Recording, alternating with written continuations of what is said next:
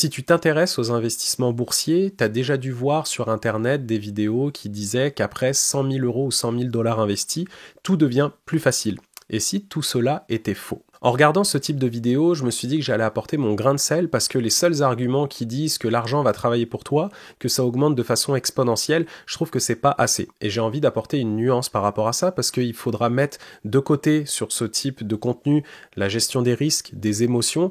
Est-ce que tout ça, en fait, la liberté financière se résume qu'à un chiffre? C'est ce qu'on va voir dans cette vidéo. D'ailleurs, je voudrais vraiment vous remercier parce que sur une précédente vidéo, c'est la vidéo qui a fait le plus de vues sur ma chaîne et j'ai eu vraiment un grand nombre d'abonnés qui ont rejoint cette chaîne YouTube, donc je vous remercie énormément. N'hésitez pas à vous abonner, mettre un petit like, un commentaire, et ça fait plaisir. Donc dans un premier temps, on va parler du mythe des 100 000 dollars.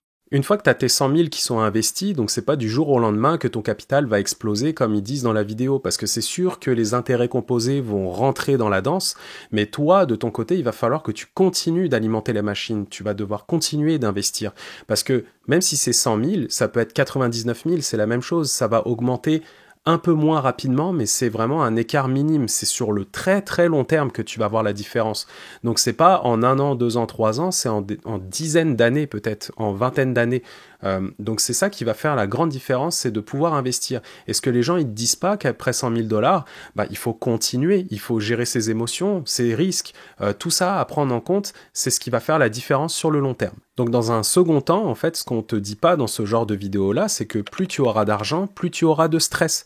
Et c'est là qu'il va falloir faire attention parce que même si ton argent va exploser, si tu prends pas les bonnes décisions, tu vas perdre beaucoup d'argent. Par exemple, quand tu as 100 000 dollars d'investis, si tu perds 10%, c'est quand même 10 000 dollars que tu perds. Contrairement à si tu as seulement 1 000 dollars, donc pour des personnes, 1 000 dollars c'est beaucoup, et 10% c'est 100 dollars que tu perds. L'équation, le prorata est vraiment différent.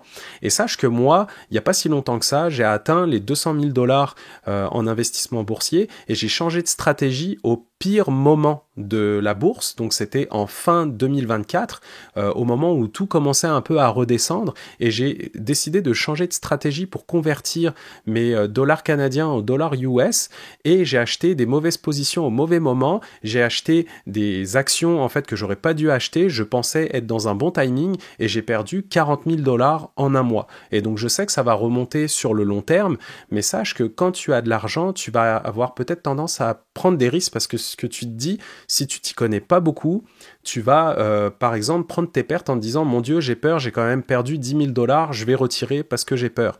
Donc ça, les gens vont pas te l'expliquer en fait en bourse et c'est pour ça que c'est super important de garder les reins solides et si tu as une stratégie claire, ça va être beaucoup plus simple sur le long terme pour jouer avec cet intérêt composé là parce que quand ton argent va exploser, c'est si tu continues d'investir, si tu as la même stratégie, si tu ne fais pas d'erreurs et l'argent va croître comme ça. Mais sache que quand tu fais des erreurs, mais que tu restes quand même avec une bonne stratégie, ça va évoluer comme ça sur le long terme. Le troisième point, c'est l'illusion de la facilité. En fait, on a l'impression que c'est extrêmement facile après 100 000 dollars que ton argent va croître et donc ça va avec le point numéro 2. Mais là, on va faire un exemple en fait de calcul de rendement avec les intérêts composés sur le site internet maintenant. Donc pour cet exemple-là, on va regarder une calculatrice d'intérêts composés en fait et on va voir en fait la différence entre les gens qui laissent leur argent travailler tout seul et si on continue de faire des placements. Et donc là, on va aller dans notre placement initial qui était 100 000 dollars et là, on va pas mettre de versement régulier et on va mettre un taux d'intérêt de 10% de rendement par an. Donc on va être assez au maximum si on calcule le S&P 500 par exemple, donc les 500 plus grandes entreprises américaines. C'est une moyenne sur 100 ans. Là, on s'entend qu'il faudra faire des tests avec plusieurs pourcentages et on va calculer les intérêts sur une année, sur un horizon de placement de 20 ans, par exemple. Et donc, si vous avez mis 100 000 dollars à 10% pendant 20 ans, vous aurez 672 749 dollars et 99 sous. Et donc là, on va aller avec une nette différence en mettant un versement régulier, par exemple, de 100 dollars par mois. Et donc, quand vous investissez en bourse, en général, vous ferez vos schémas par rapport à ça, vous ferez vos calculs, mais je trouve que ça fait une nette différence. Vous vous souvenez de l'ancien chiffre, 672 749 dollars, et donc là, si on ajoute 100 dollars par mois sur 20 ans, vous avez 744 575 dollars. Donc c'est quand même une grosse différence. Imaginez si vous mettez 500 dollars à 10% en plus par mois pendant 20 ans, vous arriverez millionnaire. Et donc là, vous pouvez augmenter ensuite votre horizon de temps. Si vous êtes jeune, par exemple, on va mettre 40 ans. 40 ans, vous commencez jeune, vous avez un héritage et vous mettez 100 $ par mois en plus.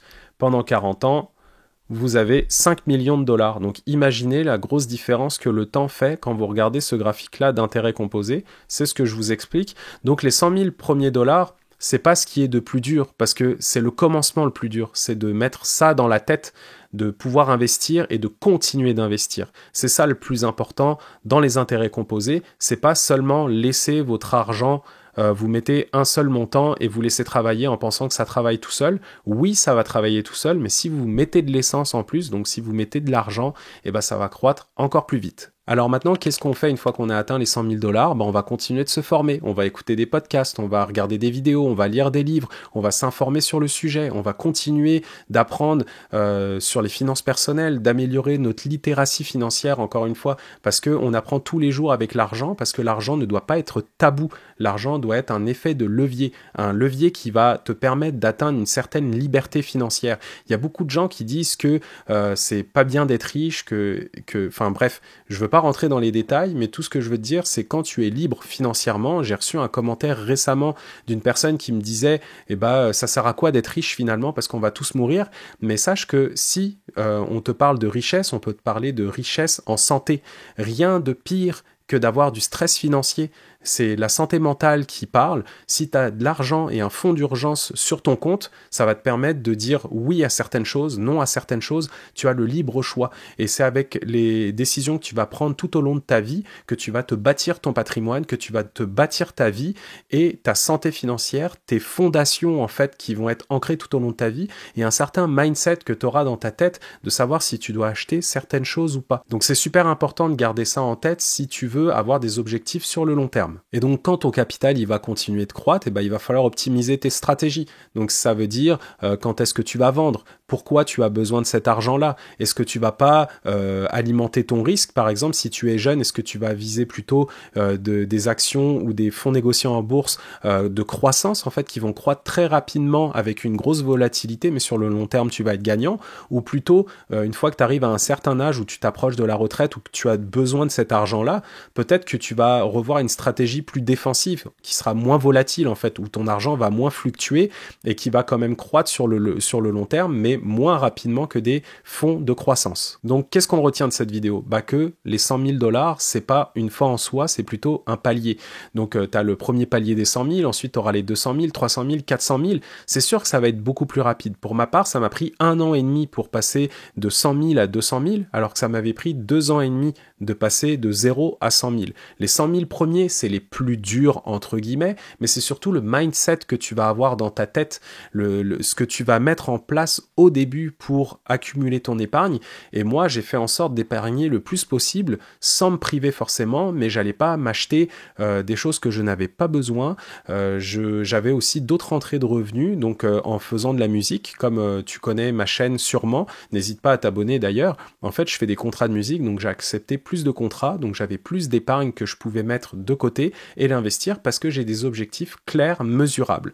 Donc ça, c'est la première chose. Ensuite, le vrai challenge, en fait, quand tu atteins tes 100 000 premiers dollars ou même quand tu investis en bourse, c'est vraiment la gestion de tes émotions.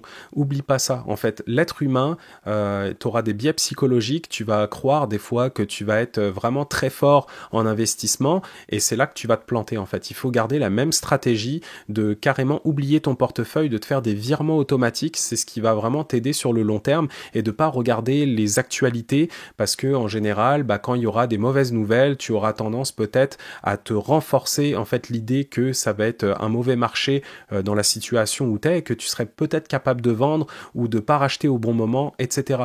Donc ça, le but, c'est de ne pas regarder ça, de garder tes émotions vraiment cachées.